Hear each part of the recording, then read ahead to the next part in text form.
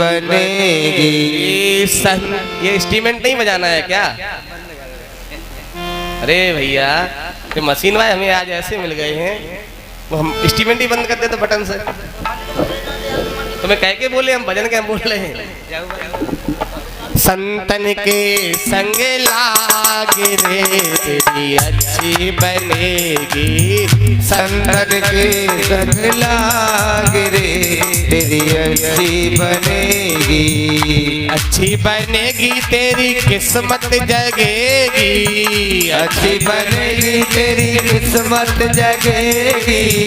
अच्छी बनेगी तेरी किस्मत जगेगी। अच्छी बनेगी तेरी किस्मत जगेगी। होए तेरे बड़े भाग्य रे तेरी अच्छी बनेगी। होए तेरे बड़े भाग्य रे तेरी अच्छी बनेगी। आए भैया ए मैया ये बताओ, तुम्हारा नहीं हृदय कहता कि संतन के संग लग जाए? हाँ? संतन के संग लाग रही तेरी अच्छी, और नहीं तो वहीं दरवाजे पे खटखट रहे हुए। अगर ये चाहते हो कि मेरी अच्छी बने तो हाथ की ताली का थोड़ा सा सहारा मिलता रहे। कल सीओ साहब से हमारी शाम को अचानक से बात हुई। मैंने बताया, मैंने कहा हम आपके एटा शहर में आ रहे हैं। तो सीओ साहब ने पता पूछा, मैंने कहा फलानी जगह, तो बोले जरूर दर्शन करने के लिए पधारेंगे। और ऐसे महान व्यक्ति को यह व्यासपीठ बारंबार बधाई देती है कि अधिकारी होने के बावजूद अगर संत की वाणी श्रवण करने आए हैं तो ये महान व्यक्तियों का कार्य है। भगवान सदैव ने हर वो वस्तु दे, हर वो इच्छा इनकी पूरी हो जिस अभिलाषा को लेके पावन धरती पर पधारे हैं। मेरी यही दुआ, यही कामना है। संतन के संग लाग रे तेरी अच्छी बनेगी। संतन के संग लाग रे तेरी अच्छी बनेगी। अच्छी बनेगी तेरी किस्मत खोलेगी। अच्छी बनेगी तेरी किस्मत खोलेगी। और तेरे बड़े भाग्य रे तेरी अच्छी बनेगी। होए तेरे बड़े भाग्य रे तेरी अच्छी बनेगी। संतन के संग लाग रे तेरी अच्छी बनेगी। संतन के संग लाग रे तेरी अच्छी बनेगी। अच्छी बनेगी तेरी किस्मत खोलेगी। अच्छी बनेगी तेरी किस्मत खोलेगी। कितने लोग चाहते किस्मत खुले? देखो मैं बहुत छोटा था, 11 वर्ष की आयु में मैंने गुरु महाराज जी से ज्ञान लिया। पिताश्री माता जी मुझे लेके गए और नामदान दिलवा दिया। तब से संतों का साथ, और आज भी संत का साथ जब मिलता है, जब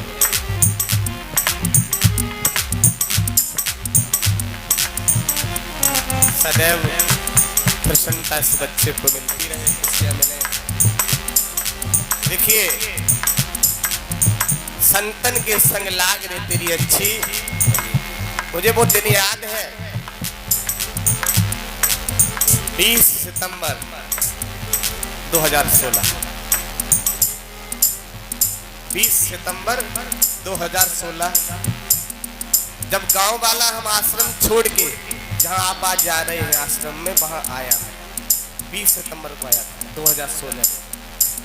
19 जनवरी को गांव वाले दर्शन पर शाकाहार जो दर्शन हुआ, और वहां उतने दिन तक तपस्या चली हमारी। उसके बाद जिस भूमि को आज सुंदर रमणीक बना रखा, वहां 20 सितंबर 2016 को मैं आया। 20 सितंबर 2016 को मैं आया। उसमें खेत मक्का खड़ी हुई थी, और जब मैं वो मक्का काट रहा था, पसीना बहुत निकल रहा था। गांव वाले कह रहे थे लड़का पागल हो गया है। जिस आश्रम में आप इतनी कई लाख ईंट लगी देख रहे हैं, आज उस आश्रम में एक ईंट नहीं थी साहब, वो एक खेत था। या फिर भी न्यास बड़ी पड़ी, उसमें तो ऐसा भी नहीं। लेकिन मुझे वो मंजिल दिखाई दे रही थी कि इस मादक को किसी आज शक्ति में आके कहा है, वो झूठ बात होने वाली। संसार की बात झूठ हो जाएगी, लेकिन माँ की बात झूठ होने वाली। बहुत लोगों ने कई चर्चाएं की, हंसी करने वाले हंसी करते रहे। आज वो समय आ गया कि शायद ही कोई गांव या कोई जिला होगा, अन्य प्रदेशों से लोग भी पावन धाम पर मंगलवार को प्रणाम करने के लिए। हरि बोल, हरि बोल, हरि बोल। और उनसे पूछो तो कहते गुरुजी आश्रम में घुसते ही मन बड़ा प्रसन्न हो जाता है। आश्रम में घुसते ही मन बहुत प्रसन्न, सारी सब कुछ भूल जाता हूँ, बड़ा अच्छा लगता है। क्यों? वहाँ रिद्धियां सिद्धियां रहती हैं और भक्त संत इतने रहते हैं। घर में 4 लोगों का भोजन बनता है तो माता कलेश हो जाता है। वहाँ तो नित्य वृद्धन आप सब कितने लोग जा चुके हैं आश्रम? अभी जल्दी में जो लोग जाते हैं वो इतनी भीड़ का डेली भोजन पकड़ा है और किसी के चेहरे पर उदासी आने वाली, कोई स्वार्थ नहीं कि साहब ये मेरा बेटा है, मेरा भैया है। रात आप आश्रम में रात में विश्राम किया होगा, अभी आए ना, तो वहां जो भी है सब इस तरह लगे पड़े हैं कि आश्रम नहीं है, ये कोई आश्रम नहीं है, ये देवों की तपोभूमि है। यहाँ तपन करोगे तपस्या का पूर्ण फल प्राप्त होगा। मैं तो उस आश्रम में रह नहीं पाता हूँ। मेरी मैया तो पिताश्री ब्रह्मलीन हो गए तो मैया यही कहती रहती है कि कब रुकोगे। मैं रुक नहीं पाता, वहाँ मंगल को पहुँचता हूँ और शाम को भाग देता हूँ। लेकिन ऐसा चक्र चलाया परमात्मा ने कि वहाँ इतने रोकने वाले पहले से ही भेज दिए हैं कि अब तुम दुनिया में रहना, आश्रम अपने आप चलता रहेगा, वो रुकने वाला। ये क्या है? ये संतों का साथ मिला। संत महात्माओं का साथ करोगे, अंदर अंदर वो बहुत कुछ दे जाएगा। लेकिन इसके लिए 3 चीजों का त्याग करना होगा। 3 चीजों से थोड़ी दूरी बनानी पड़ेगी। सुतवित नारी 3 असाएं, सतवित नारी 3 असाएं, सुतवित नारी 3 असाएं, सतवित नारी 3 असाएं। अब त्याग सके तो त्याग रे, तेरी अच्छी बनेगी। त्याग सके तो त्याग रे, तेरी अच्छी बनेगी। संतन के संग लाग रे, तेरी अच्छी बनेगी। संतन के संग लाग रे, तेरी अच्छी बनेगी। संतन के संग लाग रे, तेरी अच्छी बनेगी। जुड़ जाइए। जैसे वो संत ने उस कपड़े को सुंदर चमका के महाराज और बाती बनाने का कार्य, प्रकाश देने का कार्य कर दिया। मिट्टी की तरह घर में फंस गए हैं, निकल नहीं पा रहे हैं। लेकिन किसी संत के हाथ में जिस दिन चले जाएंगे, संत हमारे जीवन को चमका के रख देंगे। गु माने अंधकार और रू माने प्रकाश। गुरु की परिभाषा ये है कि हम किसी संत गुरु के पास चमका के रख देंगे। और जब तक संत की कृपा नहीं होगी, तब तक हम कितनी भी कोशिश क्यों ना कर लें, इधर से इकट्ठा किया यहाँ लाए, तब तक वो चला गया। मन का धन कितना भी कर ले। एक बार लखीमपुर खीरी में सत्संग चल रहा था गुरु महाराज जी का। एक संत भगवान एक गांव में पहुंच गए। तो गांव में पहुंचे तो गांव की चौपाल होती थी पहले, अब तो नहीं गांव में ऐसा बनाते हैं गांव में घर। अब तो बिल्कुल जो रास्ता होता उसमें पहले चौखट चढ़ाएंगे साहब। पहले घर बनते थे ना तो थोड़ा सा 10 फीट अंदर को, और उसको बोलते थे दरवाजे का, गांव की भाषा में क्या बोलते मालूम? चौतरा। नहीं बोलते नहीं थे क्या? हैं? उस पर हमारे बड़े बूढ़े 4 पाई, कोई तखत, कोई कुर्सी डाल के बैठते थे, है ना। लेकिन अब वो वहां नहीं लगेगी, वो 10 फीट वहीं लगेगी साहब, बिल्कुल मोहरे पर। और वो गली जो है चढ़ने और उतरने की भी गली में और घेरी जाएगी, मोटरसाइकिल रास्ता कहाँ बनेगी, और पूरे गांव की फिर एक ऐसी जगह चुनी जाती है, उसको बोलते चौपाल। चौपाल वहां सब लोग होली दीपावली में बैठते थे। तो एक चौपाल पे संत भगवान जाके बैठ गए। गांव वालों ने पूछा कि महाराज जी कहाँ से आए, कौन है आप? संत भगवान ने कहा हिसाब करता है, हिसाब करने आए। गांव वालों ने पूछा कैसे हिसाब करता, कहाँ से आए हो? संत भगवान ने कहा ये अभी गेहूं की फसल जो दिखाई दे रही ना, अभी गेहूं जो 2 महीने का 1.5 महीने का हुआ है, जब इसे आप मई के महीने में, बैसाख के महीने में जब काटोगे, आज हम लिख के दे जाएंगे कि किसको कितना मिलेगा, उसको उतना ही मिलेगा जितना हम लिख के दे जाएंगे। अब सब गांव वाले भाग भाग के आ गए, महाराज जी हमारे में बताओ कितना, हमारे में बताओ कितना होगा। तो स्वामी जी महाराज जी ने 2 रजिस्टर मंगवाए, 2 रजिस्टर। एक रजिस्टर गांव के मुखिया को दे दिया और एक अपने पास रख लिया। पूछने लगे तुम्हारे पास कितना खेत है? किसी ने आके बताया 10 बीघा। बाबा जी ने कहा तुम्हारे में 40 मन गेहूं होगा। दूसरे को पूछा कितना खेत है? कि 20 बीघा। कहा तुम्हारे में 60 मन गेहूं होगा। किसी को पूछा कितना खेत है? कि 100 बीघा। का 300 मन गेहूं होगा। सबका लिखते जा रहे हैं। उसी बीच में चोर बैठा हुआ है। वो चोर कहने लगा बाबा जी हमारे में कितना होगा? चोर ने कहा हमारे में कितना होगा? बाबा जी कहने लगे कितना खेत है? का 10 बीघा। का 15 मन गेहूं होगा। कितना होगा? ने बोला करो 10 बीघा में 15 मन गेहूं होगा। बाबा जी ने 2 रजिस्टर बना के तैयार किए। एक रजिस्टर गांव के मुखिया को दे दिया और एक अपने साथ लेके चल दिए और कहा हम बैसाख में आएंगे, अपना अपना फसल काट के खेती से खलियान में डाल लेना, भूसा अलग करना, अनाज अलग करना, तराजू से तौल लेना। किसी के में ज्यादा हो जाए तो हमारा हमें वापस कर देना, अगर कम हो जाए तो हमसे पूरा करा लेना। मैं बैसाख में आऊंगा। जब बैसाख का महीना आया तो सबने अपनी अपनी हंसिया दराती से फसल को काटा। काटने के बाद खलियान में डाला, भूसा अलग किया, अनाज अलग किया, तराजू से तौला। जितना बताया था महात्मा जी ने उतना ही, किसी के में कम नहीं हुआ, ना एक दाना ज्यादा ना एक दाना कम, जितना बताया उतना हुआ। लेकिन जो चोर था उस चोर ने विचार किया कि बाबा जी 10 बीघा में 15 मन तो बता ही गए हैं और 10 बीघा का हमें 10-10 से चोरी कर ले तो 30 मन गेहूं हमें मिल जाएगा। उस चोर ने वही किया। रात को जाता है, 4 गट्ठे इस खेत में से चुराए, 4 गट्ठे उसमें से चुराए, 4 उसमें से चुराए। उसने 15 दिन तक इधर उधर से 10 बीघा कितना अनाज और लाके रख लिया और जैसे भूसा और अनाज अलग अलग किया, तराजू से तौला तो दोनों ढेरों में गेहूं कितना हुआ? केवल 15 ही मन।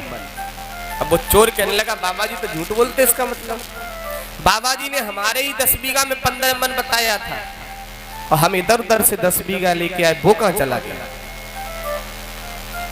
बैसाख का महीना आया,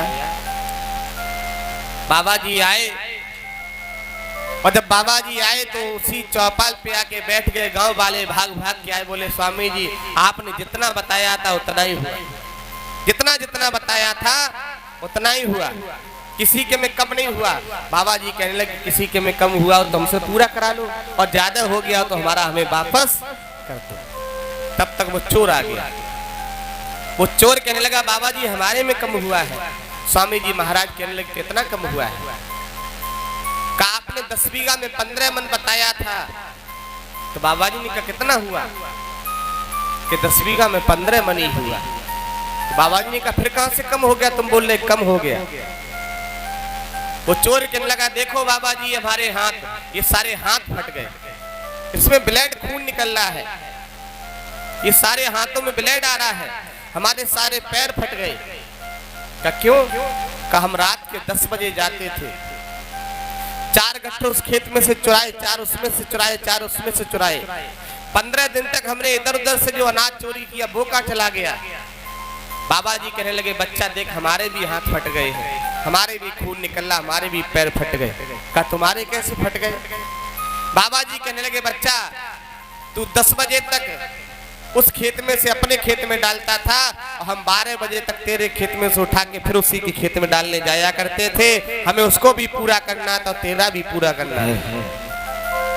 तू 10 बजे से लेके 12 बजे तक इधर उधर से अपने खेत में डाला करता था और हम 12 बजे से लेके 2 बजे तक तेरे खेत में से उठा के वहीं पूरा करते थे। तुझे 10 बीघा में 15 मन बताया था ना, तूने मन का धन इधर उधर से चोरी कर लिया। तो चोर कहने लगा बाबा जी तुमने हमारे साथ बहुत अन्याय किया, हमें बहुत दर्द हो रहा, बहुत पीड़ा हो रही है। स्वामी जी महाराज कहने लगे बच्चा ये दर्द तुझे अभी यहाँ हो रहा है, जो तूने रात को चोरी की अभी इसका भोग तुझे वहां भोगने को और मिलेगा। कहने का मतलब मन का धन कितना भी कर लो, जितना उस मालिक ने लिख दिया है उतना ही। एक बार अभी हमारा कार्यक्रम लगा था सकीट के पास नाजरपुर में, मैंने ये सत्संग वहां सुना दिया तो एक बाबा खड़े हो गए, बोले महाराज जी हमारे क्षेत्र में तो कंडा भी चोरी हो जाते हैं, आप तो अनाज और भूसा की बात करें, हमारे यहाँ कंडा चोरी कर ले जाती माता। उनका मतलब तो उनको पास में बुलाए तो बाबा कहने लगे क्या बोलते हैं वो कंडा का बनाते हैं, बटिया बटे ही बोलते। तो बोलते बाबा किसी के में अगर 2 लाइन कम हो और उसे अपना बटिया पूरा करना तो रात में जाएगी दूसरे में से 2 लाइन उठा के अपने कर लेगी, पूरा अपना थोप देगी। तो मतलब ये है कि ये मन का धन है। मन का कभी कभी आपने ये भी देखा होगा कि वही बटिया किसी किसी का पूरा जल जाता है, देखा है ना, और पता भी नहीं लगता कौन आग लगा गया। अभी एक गांव पड़ता है एटा पीएसी बटालियन के पास में नबी नगर, जानते हैं नबी नगर? वहां की कुछ माताएं हमारे पास जाती हैं। कोई आया नबी नगर का? तो नबी नगर की एक मैया हमारे पास उस दिन फोन कर रही, अरे गुरु महाराज जी एक हमारे घर में ताज्जुब हो गया। हमने कहा क्या हुआ मैया? बोली हमने 10-10 क्विंटल के 2 कुठला भर के रखे गेहूं के, और एक कुठिया में से हमने 2 क्विंटल रात तक पिसवा दिया और एक में से 2 क्विंटल आटा, कितना हो गया? 4 क्विंटल। और कि कल सुबह हमने जब ताला खोला कमरे का तो दोनों कुठिया में एक दाना भी नहीं बचा। तो हमने कहा मैया इस साल तुमने आश्रम पे भंडारे की सेवा पहुंचाई थी दाना का? बोली इस बार कोई गई ना तो हमने ना पहुंचा पाई। तो हमने कहा भगवान ने पूरे खट्टू ही ले लिए। तो अभी 21, 22, 23 का भंडारा हुआ, कितने लोग उपस्थित हुए थे उस भंडारे में? मैंने एक बात कही थी मंच से, मैंने कहा कोई भी आइटम, कोई भी सामग्री, कोई भी किसी प्रकार से बाजार से नहीं मंगाऊंगा। मैंने कहा बालाजी महाराज से मैंने अर्जी लगाई कि कहाँ से उठा के लाओ, खुद व्यवस्था करना, मैं हरी सब्जी मंगवा दूंगा, पत्थर गिलास भी नहीं मंगवाऊंगा, चाहे जनता 50,000 क्यों ना आ जाए, मैं कुछ नहीं जानता हूँ। जो भंडारे में सामान एक बार रख दिया अब कम पड़ जाए तो बाबा खुद ही उठा के लाइए। जब ये खेल करने काऊ से टीवी उठवा लेते, काऊ से बर्तन उठवा लेते, तो हमारे बाबा गेहूं ना उठा के लगा सकते? बोलो। और ये होता है और हमने कराया है। वैसाख की हम लिस्ट देखते हैं कि किसी घर से चाहे 1 किलो अनाज आया हो, 1 किलो, 1 किलो गेहूं इन्होंने भंडारे के लिए दिया, चाहे किसी घर से 50, जिसका खाता उसमें चढ़ गया।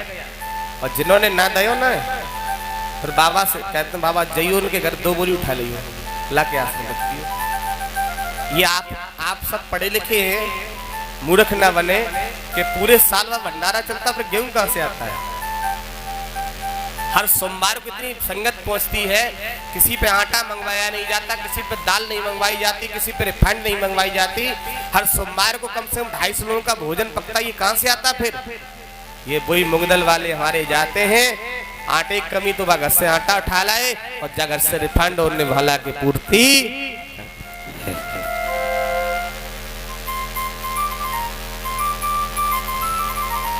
से अब आगे ध्यान रखियो। अब कोई परीक्षा लेना चाहे ऐसा नहीं हो तो है तो हमारे सामने आज खड़ो हो जाए और अपने घर पे आज ही बता के सामग्री महाराज जी उठवा दो आज, अगर ना उठवा दूं तो शीतलपुर में घुसने मत देना, गोली मार देना। आज ही अंदाज कर लो कि हमारे प्रेमपुरा धाम सरकार बालाजी महाराज की कितनी शक्ति काम करती है। आज परीक्षा ले लो, लेकिन शर्त एक होगी, अगर हम वो सामग्री उठवा दें तो आप 5 बीघा खेत हमारे नाम करेंगे, और ना उठवा पाए तो हम 5 बीघा आपके नाम करेंगे। 5 लोगों को साइन कराइए, अगर बाबा हमारी सुन ले तो ठीक है, ना सुने तो आप खेत ले लियो।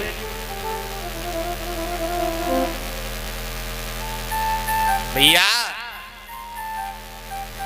आप सभी उसी मालिक के बच्चे हैं जिस मालिक का मैं बच्चा हूं। आप सबका भी कार्य हमेशा होगा जैसे प्रेमपुरा धाम पर हो रहा है। मेरी कोई इच्छा नहीं रही, मैं कभी सोना चांदी नहीं पहनता किसी प्रकार से, केवल ये कपड़े, वो भी उम्र अभी कम है हमारी। और जैसी माँ सवित्र भाई ना, हम सफेद बाल पड़े, अब एक पीताम्बर ऐसो रखेंगे, ऐसो घुमाओ और आराम से ऐसो बगल में दबा लो, अभी उम्र कम। कोई सोने चांदी पहनने की अभिलाषा नहीं रही, कोई रुपया पैसा की अभिलाषा नहीं रही। उस मालिक ने इतना दिया है। मैंने अभी बताया नहीं कि हमारी जो 2 कन्याएं आई हैं, 2016 में मैं कन्याओं की गाड़ियों में चला, और आज आश्रम के इतना बदलाव हुआ कि आज हमारे ड्राइवर ये पूछते, गुरुजी कौन सी गाड़ी में बैठोगे? ये उन्हीं की कृपा है बाबा की। आज तो हमें फोन करके ड्राइवर और बुलाने पड़ते हैं विशेष रूप से, भैया आ जाओ काफिला में फलानी गाड़ी। अभी भी आश्रम में तुम्हारे सामने गाड़ी खड़ी है साहब, एमिस्टर चलाने वालों कोई ना आश्रम में खड़ी है साहब, है मैजिक कोई चलाने वालों ना आश्रम में खड़ी है साहब, बस कोई चलाने वालों में खड़ी है। जौन सी गाड़ी नई एजेंसी से निकल के आते हैं बाइक सब चलाएंगे, और जो 1 साल पहले कुछ नहीं, अरे अच्छा उन्हें देव चलाएंगे।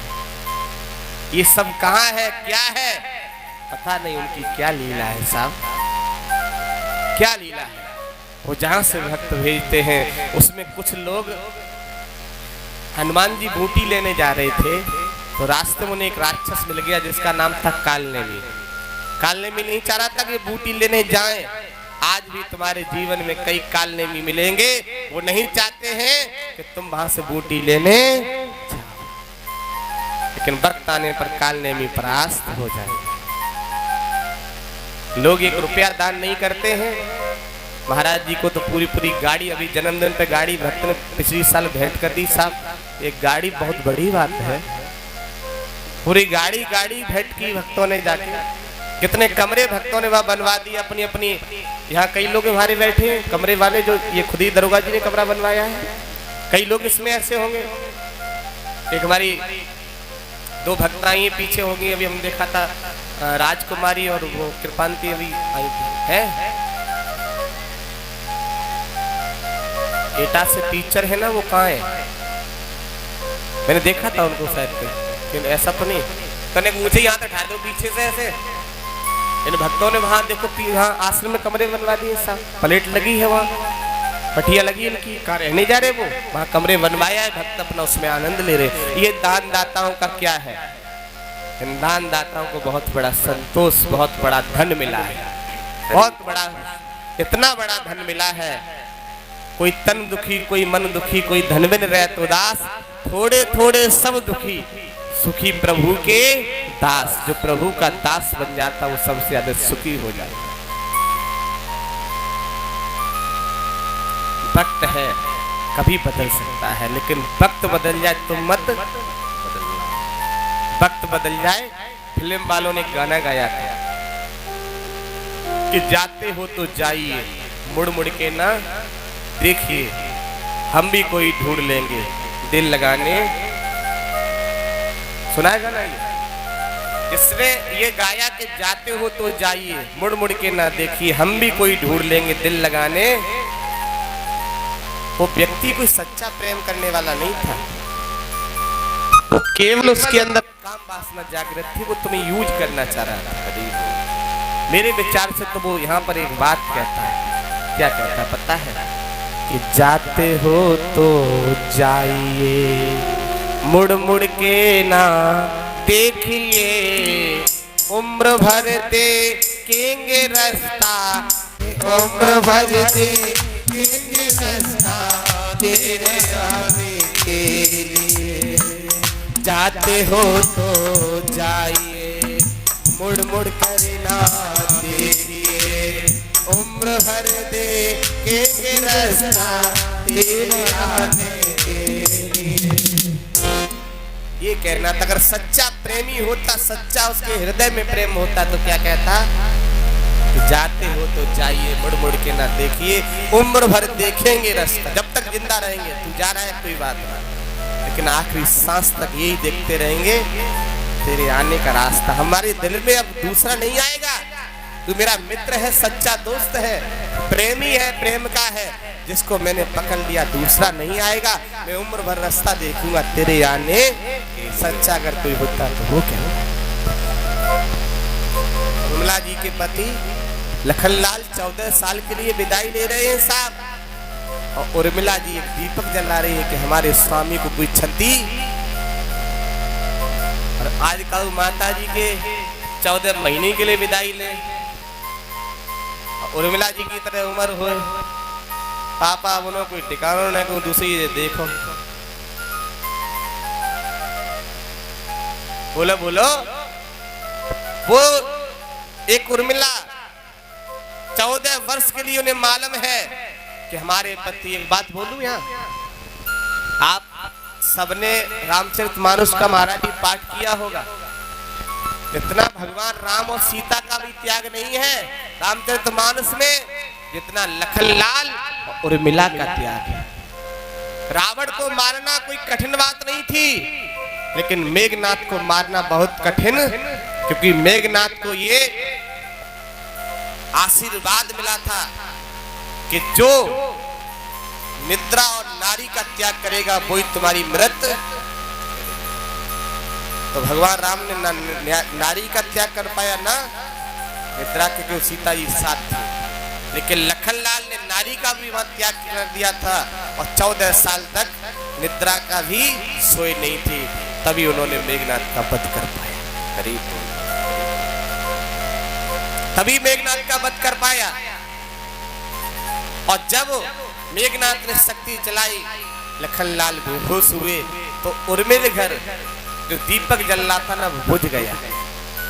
जाके भाग के मैया कौशल्या के पास उर्मिला पहुंची, का मैया हमारे स्वामी पे कोई क्षति पहुंच गई है, कोई कष्ट पहुंच गया है। क्यों, तुम्हें कैसे मालूम?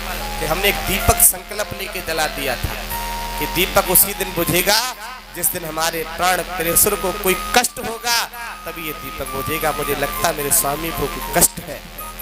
मैया कौशल्या भगवान नारायण के सामने पहुंची और कहा कि हमारे राम को कोई भी कष्ट हो जाए, ले लखन को कष्ट ना हो। तुरंत उर्मिला वापस आई है। रामचरितमानस में कहा है, उर्मिल घर जलने लगे बुझते हुए दिए, वो दीपक फिर से जलने लगा। हनुमान जी जाते हैं, सुसैन वेद को लेके आए, वहां से फिर दौड़ा गिर पर्वत से बूटी लेके आए, और सुसैन वेद से जैसी डाली, पुण्य से लखनलाल की बेहोशी खत्म हुई, होश आया तो वो दीपक जलने लगा। कौन से हीरे जड़े थे नरसी की करताल में, क्या समझ के फंस गए थे नंदाजू के जाल में। क्या लाया था विप्र सुदामा फटे से रूमाल में, क्या खाया था बन जाकर के द्रौपदी के थाल में। जिनके खाए झूठे में उनकी क्या औकात थी। मेरे प्यारे भक्तों, ये तो प्रेम की ही बात थी, प्रेम की ही। सिया राम कथा कितनों ने लिखी, पर तुलसी जैसी मर्यादा कहा। सिया राम कथा कितनों ने लिखी, पर तुलसी जैसी मर्यादा कहाँ।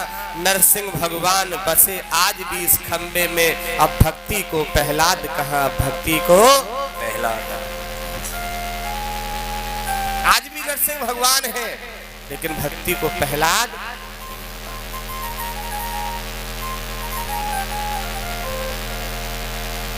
आज अगर हम एक किसी को प्रतीक माने, जब रावण ने अपना खंजर निकाला और सीता जी पर प्रहार करना चाहा कि तू मेरी बात नहीं मानेगी,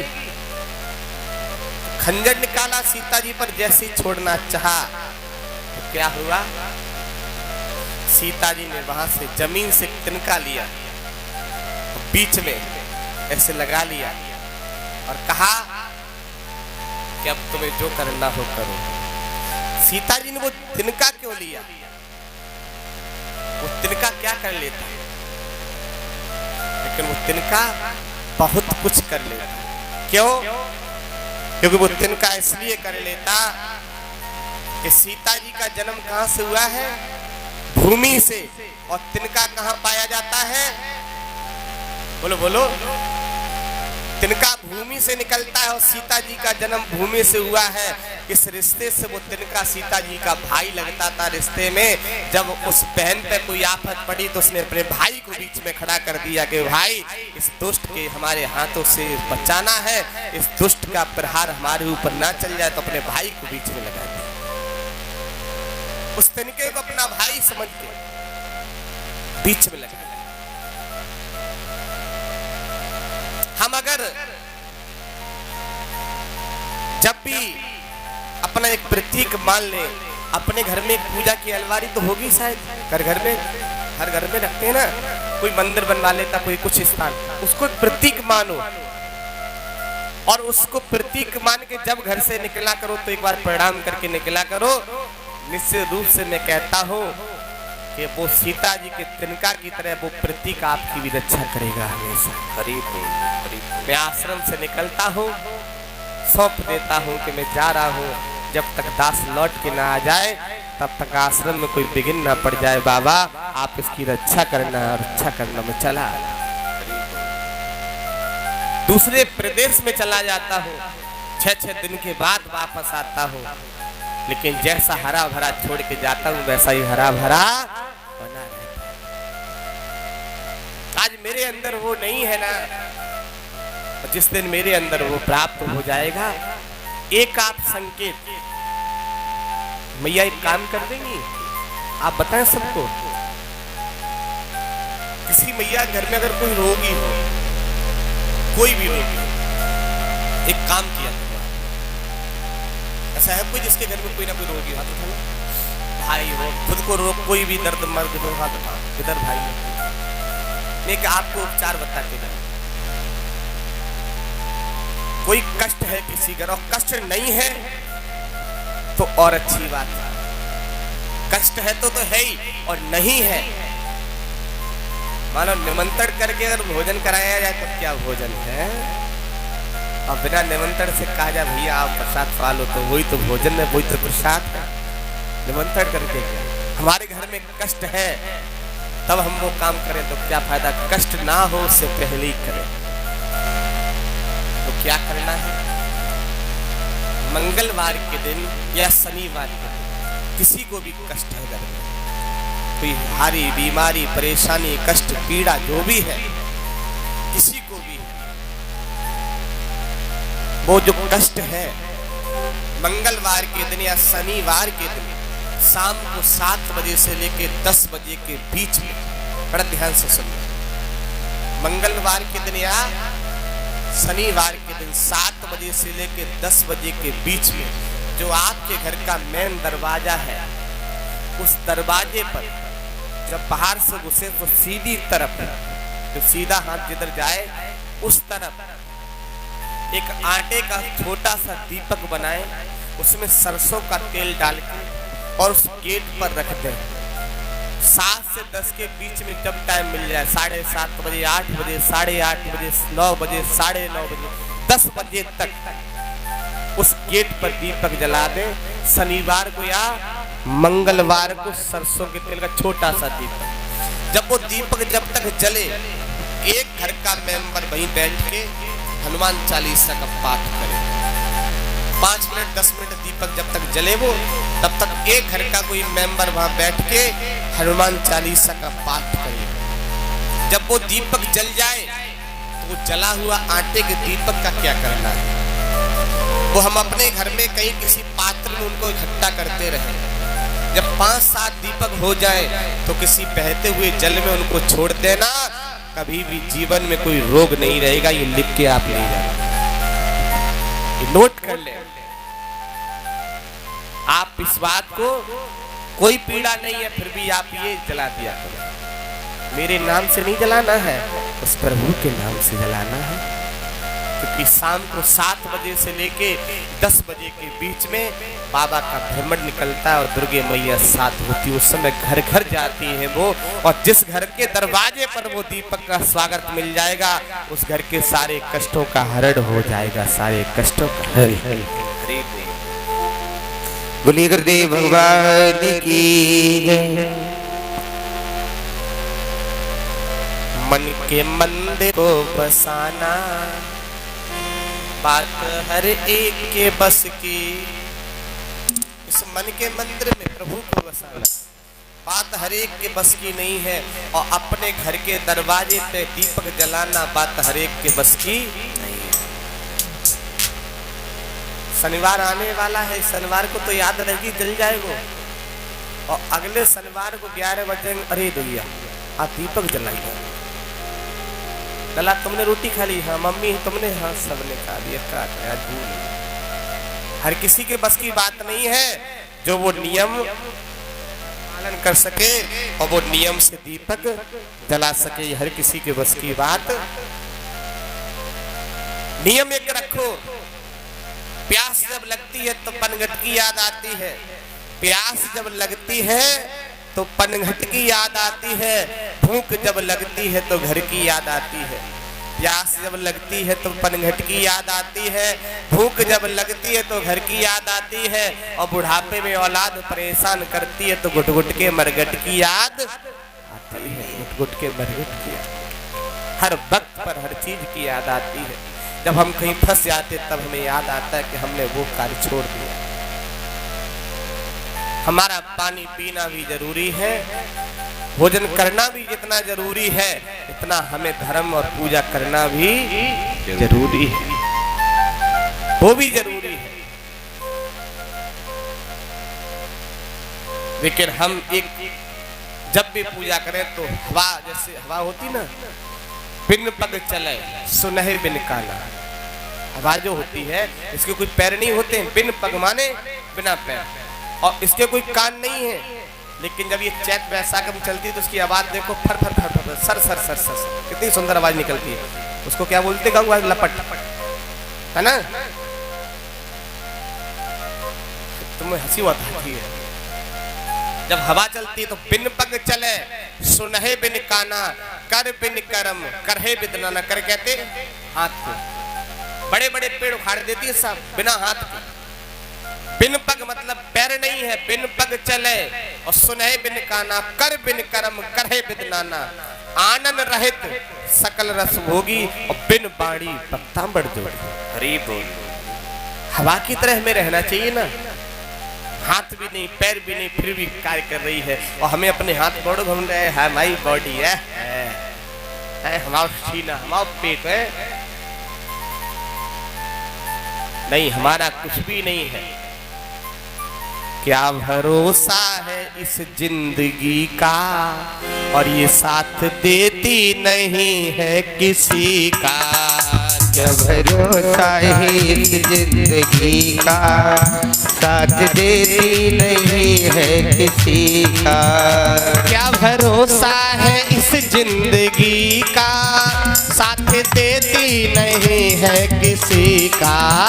क्या भरोसा है इस जिंदगी का, साथ देती नहीं है किसी का। क्या भरोसा है इस जिंदगी का, साथ देती नहीं है किसी का।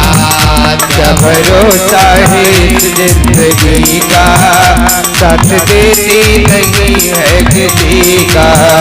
दुनिया है ये हकीकत पुरानी, दुनिया है ये हकीकत पुरानी। एक बात बोलो, आज जितने भी माता और भाई आए ना, ये सारे चेहरे कल नहीं आएंगे, इसमें बदलाव हो जाएगा। मैं लिख के दे सकता हूँ। आज बड़ा अच्छा लग रहा है ना, बड़ा प्रेम जग रहा है, हम भैया मैया हम बहन, बड़ा अच्छा लग रहा है। लेकिन कल ये चेहरे बदल जाएंगे, इसमें तो नए चेहरे आएंगे, कुछ पुराने आ जाएंगे, बदल जाएंगे। कल कितने आएंगे? हाथ उठाइयो। अब जिन जिन ने ना उठाए हो तो जो मानो कि चेहरे। दुनिया है ये हकीकत पुरानी, दुनिया है ये हकीकत पुरानी। चलते रुकना है इसकी रवानी, चलते रुकना है इसकी रवानी, चलते रुकना है इसकी रवानी, चलते रुकना है इसकी रवानी। फर्ज पूरा करो बंदगी का, फर्ज पूरा करो बंदगी का, साथ देती नहीं है किसी का। फर्ज पूरा करो बंदगी का, साथ देती नहीं है किसी का। क्या भरोसा है इस जिंदगी का, साथ देती नहीं है किसी का। क्या भरोसा है इस जिंदगी का, साथ देती नहीं है किसी का। हम रहे ना मोहब्बत रहेगी, हम रहे ना मोहब्बत रहेगी, हम रहे ना मोहब्बत रहेगी, हम रहे ना मोहब्बत रहेगी। दास्तां अपनी दुनिया कहेगी, दास्तां अपनी दुनिया कहेगी, दास्तां अपनी दुनिया कहेगी, दास्तां अपनी दुनिया कहेगी। नाम रह जाएगा आदमी का, नाम रह जाएगा आदमी का, साथ देती नहीं है किसी का। नाम रह जाएगा आदमी का, साथ देती नहीं है किसी का। क्या भरोसा है इस जिंदगी का, साथ देती नहीं है किसी का। क्या भरोसा है इस जिंदगी का, साथ देती नहीं है किसी का। और भैया किसी संत ने कहा है कि सांस सांस सुमिरन करो, सांस सांस सुमिरन करो, वृथा सांस ना जाए। सांस सांस सुमिरन करो, वृथा सांस ना जाए। पता नहीं इस सांस का आवन हो या न होए। छोटा सांस कोई खोनी नहीं चाहिए, हर सांस सांस सुमिरन करो, वृथा सांस ना खोए। जानी नहीं चाहिए, खोनी नहीं है। पता नहीं सांस का अब आवन हो या। हम शाम को सो जाएं और सुबह उठ जाएं, शाम को सो जाएं और सुबह उठ जाएं, ये भगवान की बहुत बड़ी कृपा है कि हम सुबह जग गए। न कई लोग तो सोते के सोते ही बोलो बोलो रह जाते हैं। ये भगवान की कृपा है जो हम सुबह जग रहे हैं। ये सांस हमारी है, सांस सांस सुमिरन करो, वृथा सांस ना खोए। पता नहीं सांस का आवन हो या ना होए। सांस रुक जाएगी चलते चलते, सांस रुक जाएगी चलते चलते, सांस रुक जाएगी चलते चलते, सांस रुक जाएगी चलते चलते, सम्मा बुझ जाएगी चलते चलते, सम्मा बुझ जाएगी चलते चलते, सम्मा बुझ जाएगी चलते चलते, सम्मा बुझ जाएगी चलते चलते। दम निकल जाएगा रोशनी का, दम निकल जाएगा रोशनी का, साथ देती नहीं है किसी का। दम निकल जाएगा रोशनी का, साथ देती नहीं है किसी का। क्या भरोसा है इस जिंदगी का, साथ देती नहीं है।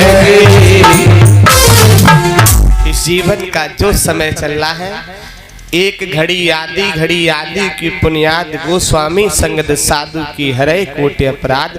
जो समय मिला है, उम्र 20 साल की हो गई है, 40 की हो गई है, 80 की हो गई है, जो समय चल रहा है उसी समय हमें भगवान का स्मरण कर लेना चाहिए और अपना पूरे दिन खेती खलियान नौकरी दफ्तर बिजनेस का काम करो। शाम को थोड़ी देर बैठ कर उस परमात्मा को याद कर लो तो जीवन में हमारे सब सुख प्राप्त हो जाएंगे। क्योंकि हमें सब चीज मिल जाती है लेकिन सुख नहीं मिलता है। वो जब भी मिलेगा जब हमारे घर में सत्संग, भरत रूपी सत्संग होगा, तब हमारे घर में सुख मिलेगा। कितने लोग ऐसे जिन्होंने नामदान गुरु मंत्र ले लिया, हाथ उठाना। और अभी किसने भक्तों नहीं ले पाए वो हाथ उठाना, जिनको अभी मंत्र नहीं मिल पाया। आप किसी संत से जुड़कर, किसी भक्त से जुड़कर और नामदान ले लो, मंत्र ले लो, है ना। हम ये नहीं कह रहे कि साहब आप हमसे ही जुड़ो, कहीं जुड़ के किसी संत महापुरुष से और आप वो नाम प्राप्त कर लो जिनका सुमिरन मात्र करने से जासु नाम सुमिरन एक बारा और उतरे नरभव सिंधु पारा। जो जाना है ताहे देहो जनाई और जानत तुम्हें हो जाए। तो जरूर किसी संत महापुरुष से आप मिले और उनसे दीक्षा ले लें, क्योंकि हमारी जो उम्र है ना, ये मत सोचो कि हमारा विवाह नहीं हुआ है या हमारी अभी बहुत कम आयु है। जो उम्र मिली है उसी उम्र में हमें दीक्षा ले लेनी चाहिए। आप पूरे दिन खेती खलियान का काम करते, शाम को थोड़ी देर मालिक को याद कर लिया करो। आए हो जिस घाट से जाओगे उसी घाट, अपने अपने कर्म से हो जाओगे 12 पाठ। जहाँ से आए हैं एक दिन वहीं जाना होगा। मान लो किसी चोर को अगर पुलिस पकड़ ले और उस पर लाठी बजाए, वो चोर कहेगा आगे गलती साफ नहीं करेंगे, और वो दोबारा गलती करे फिर पुलिस पकड़ ले तो फिर क्या करेगी, लाठी नहीं बजाएगी, फिर बेलन चढ़ा देगी, जेल में बंद करके बेलन चढ़ा दिया जाएगा, सब नाखून फाड़ दिए जाएगा। इसी तरह हमारी जीवात्मा वहां से मृत्युलोक में आई है, हम बहुत वायदे करके आए हैं, यहाँ आके भूल गए।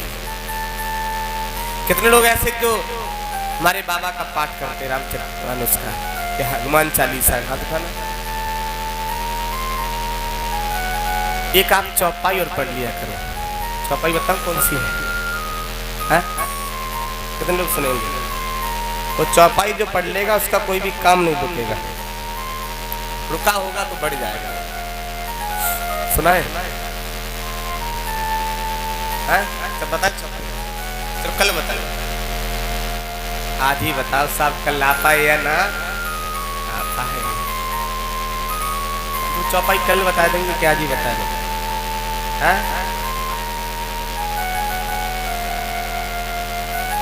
सीओ साहब भी करे अच्छा काम आज ही बता दो साहब, इन्हें पता कल पता ना छुट्टी मिली या अरे भैया।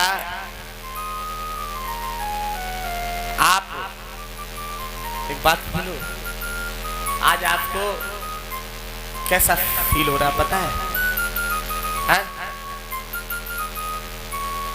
पता है कैसा फील हो रहा है? बोलो। आज आपको आनंदमयी प्रकाश, और पता नहीं कितने महीने से अशांति थी ना, वो आज शांति प्राप्त हो रही है ना, आनंदमयी प्रकाश मिल रहा है। जैसे लोहार देखा, लोहार तो लोहार क्या करता है, एक लोहा आप लेके जाओ, उसकी खुरपी बनवाओ या कोई औजार बनवाओ, तो वो क्या करेगा, पहले उसे गर्म करेगा। क्या करेगा? गरम करेगा। जब वो गरम लाल हो जाएगा तब उसे अपने चोट मारेगा, और अगर वो लोहा ठंडा पड़ गया तो फिर लोहार चोट मारेगा तो लोहा टूट जाएगा, औजार। तो हमने आज आपको सत्संग से भी गर्म कर रखा है, अगर आप कल और आ गए सत्संग में तो मैं आपका सुंदर सा पात्र बना दूंगा, और कोई ठंडे पड़ गए और हमने मारी चोट तो टूट जाओगे। अभी सत्संग अंदर उबाल मार रहा है ना, भक्ति अंदर उबाल मार रही है, तो अभी एकदम आप गर्म है। जो भैया पीछे खड़े हैं बैठ जाए, कोई माल्यार्पण वाले हो तो आ जाए। ये जो भी हमारे लोग आए हैं आ सकते हैं मंच के पास, भेज दीजिए। तो अभी आप एकदम गर्म है, और गरम गरम लोहे पे चोट मारोगे तो औजार, और लोहा ठंडा पड़ गया फिर टूट जाएगा। तो आप आज गर्म हो गए, रात में ठंडे मत पड़ जाना, कितनी भी ठंड पड़े, है ना। और जब ठंडे मालूम पड़ो तभी हमें चौपाई बोल ले, वही बोल देना। कवन सुकाज कठिन जग माही, और जो नहीं होए तात तुम पाही। कवन सुकाज कठिन जग माही, होए तात तुम पाही। कवन सुकाज कठिन जग माही, जो नहीं होए तात तुम पाई। कवन सो काज कठिन जग माही, जो नहीं होई तात तुम पाई। कवन सो काज कठिन जग माही, और जो नहीं होए तात तुम पाई। हे हनुमान जी, कौन सा ऐसा काम है? कवन सो मतलब कौन सा काम? कवन सो काज, काज माने काम। कठिन जग माई, तुम्हारे लिए कोई काम कठिन नहीं है। कवन सो काज कठिन जग माई, और जो नहीं हो तात तुम पाई। हे बाबा, हे हनुमान जी, कोई ऐसा काम नहीं जो आप ना कर सको। आप हर काम को कर सकते हो। आप 100 योजन दूर समुद्र को लांग सकते हो, और राम की सुध सीता के पास पहुंचा सकते हो, सीता की सुध राम के पास ला सकते हो। आप लंका को जला सकते हो, आप कालनेमी राक्षस को मार सकते हो, अक्षय कुमार को उखाड़ के फेंक सकते हो। आप कौन सा काम नहीं कर सकते हो? तो ये सुंदर कांड में कहा है, कवन सो काज कठिन जग माही, जो नहीं होए तात तुम पाई। कवन सो काज कठिन जग माही, जो नहीं होई तात तुम पाई। एक चौपाई और है, किसी का मन अगर भागे, पैसा उसके पास 1,00,000 2 लाख रुपए हो गया, लेकिन मन फिर भी शांत नहीं, तो एक चौपाई और बोल दूं, हैं? बोल दूं, ये केवट संवाद की चौपाई है साहब। अब कछु नाथ न चाहिए मोरे, और दीन दयाल अनुग्रह तोरे। अब कछु नाथ न चाहिए मोरे, दीन दयाल अनुग्रह तोरे। अब कछु नाथ न चाहिए मोरे, दीन दयाल अनुग्रह तोरे। अब कछु नाथ न चाहिए मोरे, दीन दयाल अनुग्रह तोरे। और किसी के घर में संतान ना हो, किसी के घर में संतान ना हो, आज तक वो खुली ना हो, वो माँ अगर एक चौपाई का पाठ कर ले, वचन देता हूँ कि उस माँ की कोख से कोई ना कोई संतान, पुत्र या पुत्री जरूर जन्म लेगा। कौन सही बोलूं? अब इसको तो कल ही बोलूंगा। क्या जी बोलिए, बोले। एक बार भूपति मन माही, फिर गिलान मोर सुत नाही। एक बार भूपति मन माही, भई गिलान मोर सुत नाही। ये साक्षात भगवान को प्रकट करने की चौपाई है। पुत्र और पुत्री तो बहुत छोटी बात है। ये महाराज दशरथ के घर में जब कोई संतान नहीं तब उन्होंने गाई, उनके ऊपर लिखी गई, एक बार भूपत मन माही, और भई गिलान मोर सुत नाही। मेरे घर में कोई संतान नहीं है।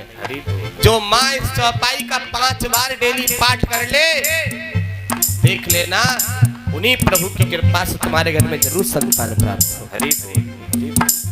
एक बार भूपति मन माही, भई गिलान मोर सुत नाही।